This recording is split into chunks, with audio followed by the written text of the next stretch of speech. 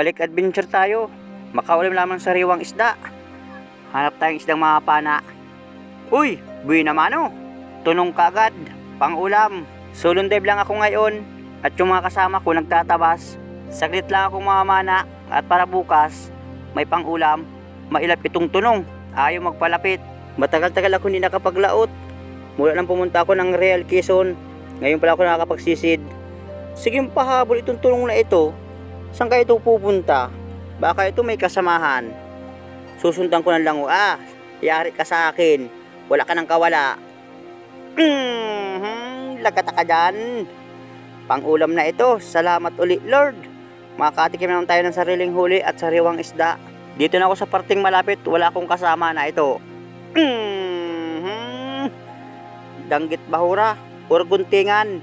Sa kabilang isla, ito binubunlis nila ito. Mahal ang kilo kapag tuyo. Maganda kaya ang daing na bunlis. Pag niluto, walang tapon, lahat kain. Na ito pa, dalagang bukid. Siguraduhin ko ito pagpana, baka makapunit. Lagata ka dyan. Sigurado na naman bukas. Masarap na naman ang kainan sa bukid. Lahat ng mahuli ko ngayong isda, lahat pang ulam. Hindi mo na ako magbibinta. At mahirap ang pang ulam. Lalo kapag walang laot. Istak muna ang ibang isda. Yiyiluhan laang. Dito sila mabuta, silipin natin. Walang nakatago. Itong pinapanaan ko, malapit sa tabi ng isla. Baka ito mga isang oras laang, kaya nang ikutin sa langoy. Maraming butgo. Ay hamal, pagkagilaw ko sa tainga, baka para suot. Walang isda dito, nasa na kaya? May naroon. Asa pinakang ilalim. Nakita ko na mga kapaders. Kaya lang ang problema, palipat-lipat ng sinusuotan yung isda. Na ito, alanganin panain. Hindi makita sa camera. Naroon, dalagang bukid mga kapaders. Gagawa natin ng paraan at para mapana. Dito sa kabilang butas, malaki dito, pwede sumuot. Naroon, nasa pinakang ilalim. Lagata ka dyan. Uy, ano ng butgo ito? Para suot sa butas ng tainga.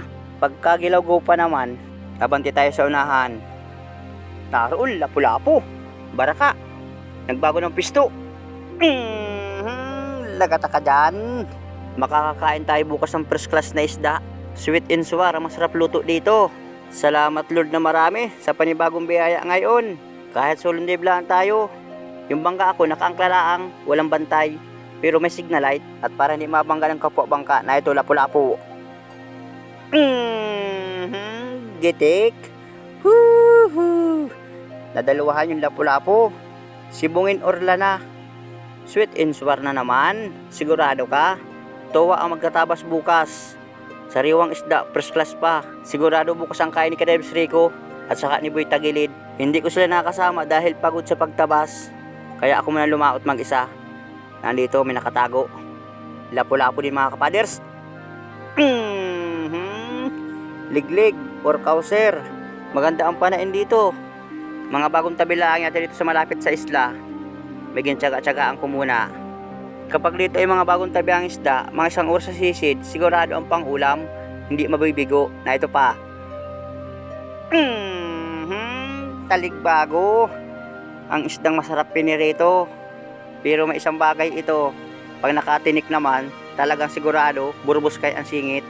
Na ito surahan, ang masarap pang mukbang bukas, pang-ulam sa bundok. Lagata ka dyan, nagitik.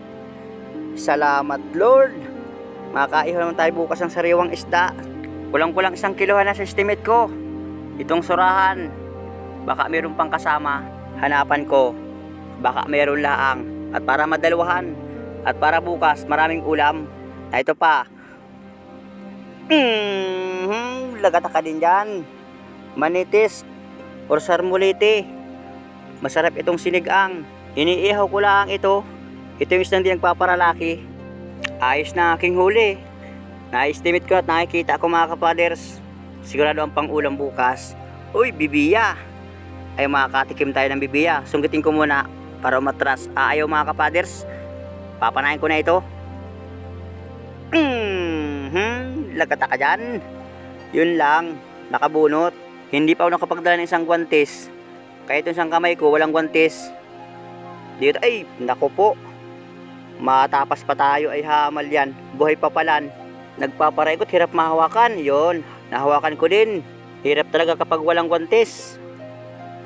Na ito pa, parrot fish. Sabi nila, bawal hulihin. Ay di hindi. Oh, na ito, timbungan. Lagata ka din yan. Kapag ganito kagandang klaseng isda ang pang-ulam bukas, sigurado, gaganahan ang magtatabas at masarap ulam. At para lalong ganahan, 3 putahe ang luto, sinabawan, inihaw. Uy, huy, surahan. Lagata ka dyan, nagitik din. Ay, salamat Lord na marami na naman. Dadagdagan din yung sa surahang malaki. Bali 2 na. Baka mayroon pa. 3 pa natin. Kung makasumpong, narong pugita. Parang mayroong kinakain ito. Lagata ka din dyan. Ganda ng tama. Nagitik itong pugita. May kinakain. Parrot fish. Parang buhay pa. Yun. Salamat, nakaligtas din yung parrot fish. Paborito ng asawa ko yung pugita. Pinipirito yung may kasamang arena. Hanap ulit tayo. Na ito pa, pang-ulam. Manitis. Timbungan. Ang isdang may balbas. Ano man ang isdang ito, ito lang ang pinakang malaki. Hindi nagkaparalaki ang gayong timbungan. Hindi tulad ng isang nakapana ako, yung malaki ang noo. Na ito pa. Hirap makita ang danggit bahura kapag nakasingkulay bato. Ito, nagpaparaikot. Oh, andito lang ako sa angkla ng bangka. Sabi na maliit lang na bahura ito mga kapaders. Yung parting gitna naman na bahura ang sisidin ko, at yung paikot, nasisid ko na. Naroon, may magpapahabol na naman sa akin. Oh, mabilis tumago. Lambingan yun mga kapaders. Hihintayin kong lumabas. Kung lalabas, silipin ko dito. Wala. Naroon, nasa unahan na. Yon, yari ka, bumalik. Gitik. Ayos na. Kaya ako walang ibibinta bukas. Yung aking kapatid, paalis na sila, papunta ng Impanta Quezon at mag-aaral. At yung iba naman, na ito, parrot fish. At yung ibang susubra, pambigay kay Karebis Rico, pang ulam nila. Na ito, timbungan uli. Lagata ka dyan. Ito, nagitik din. Ito yung nalaking timbungan mga kapaders. Ito yung sinasabi ko, makapalang angog. Abante tayo. Ayos na pang ulam bukas. Sana meron pa. Na ito, danggit bahura. Pandaradagdag, pang ulam. May ginampirituhin. Maaga pa ang oras. Alas 7:25 pa lang. Nagsisid ako, 6:50. Baka alas 9 na sa tabi na ako. Na ito pa, malaking timbungan. Maigi. Sabawan ka. Masarap sana kung may gulay. Parang maganda ngayong mamana. Akitin ko daw bukas si Karebis Rico. Magpahinga muna sila sa pagtabas. Lalaot muna kami. Maganda ang sampa ng bahura. Maganda ang panain. Abante tayo sa unahan. Na ito pa, snapper. Lagata ka dyan, gitik. Hindi pa ito gusto yung kalakihan. Mga 200 grams sa estimate ko. Kapag nagkalahati na, lapo na, hanap ulit tayo. Abante. Naro, may gumagapang. Papalapit sa akin. Tibugok or manalanggab Nadagdagan yung pang-ulam ng aking asawa. Sigurado tuwa na naman pag uwi ko na ito. Malaki na naman ang buka. Hanap ulit tayo. Pakita pa mga isda. Ganda ng bahura dito. Malaki ang binagong. Na ito pa, danggit. Nagtiko ang pana ako. Malambot talaga ang stainless na ito. Talagang palitan na palan. Malapit na mag-alas 8. Baka makalas bul pa. Malutang na rin ako. Ito, talikbago. Tinamaan. Maigi na ito, pandaradagdag. Sabawan bukas. Babalik na ako sa bangka. Malutang na rin ako. Maraming salamat ulit sa inyong panonood. Abang-abang lang. Na ito na mga kapaders, yung aking huli. May lang ako isang oras sa laot mga kapaders. Ako yung namayan ng pang-ulam. Para pang-ulam sa bukid, sa pagtrabaho mga kapaders. para tayo makatipid ng pangulam. Nagsikil tayo sa dagat na mana para hindi na bumili ng ulam bukas mga kaders.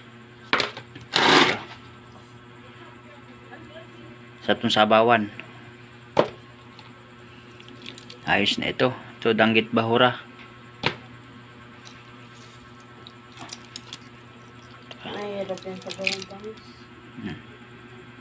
Sa maral, ayos na ito. Libre pang ulam. Salamat Lord sa biyaya. Akin itong pagdadamutan, no? Surahan. Pero tayo ulit pang iho bukas mga kapaders. Sa bibiya. Ganito kalaki mga kapaders. Dito sa amin, bintahan. Inabot ng 180 ang kilo. Ayan. Nakalibre tayo ng pangulam. At kanina mga kapaders, nakabili ako ng surahan. Naghalaga ng 300. Ito pa, laki.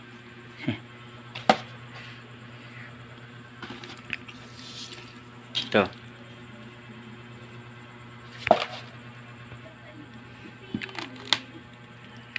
Yan, ayos na ito mga kapaders. Hindi na ako mabinta ng isda. Ito'y pang ulam lahat mga kapaders. At para tayo makabawi sa ilang gabing walang laot. Yan. Para hindi tayo magbigay ng pang ulam. Hilong ko na ito mga kapaders. Para hindi tayo bili ng pang ulam. Yan. At bukas mga kapaders, meron kami trabaho uli. Kami ay matabas, saka magamas. Ito tama itong pang-ulam. Hanggang magahan, hanggang hapunan mga kapaders. Yan. Dito lang ako maulam sa isda. At itong pugitang nahuli ko, bawal sa atin yan. Tayo ay allergy. Yan. Ito, timbungan. Masarap itong sinigang.